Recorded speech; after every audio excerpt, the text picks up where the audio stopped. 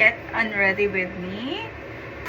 Feeling ko mahirap tanggalin yung makeup ko today kasi tatanggal na siyang paunti-unti. Okay, yung mga waterproof na makeup or yung mga proof na yan. Start with warm water. Okay, wash na tayo. Hindi ko alam kung ako lang, pero ang ginagamit kong pangpuno sa mukha ay paper towel. Gusto ko dalawa yung pads ko. And nilalagay ko dyan yung toner. Tatagos na lang dyan yung sa pangalawa liquid. Yan. So, itong magaspang yung ginagamit ko para may pa-exfoliate and linis.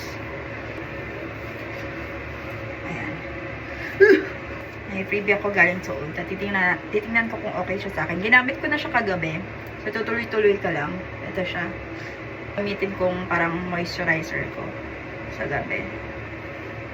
Hindi ko to masyadong inaaraw-araw, pero pag feel ko, naglalagay ako. Okay. Ito siya. Para siyang may case. Huwag natin kakalimutan ang lip mask.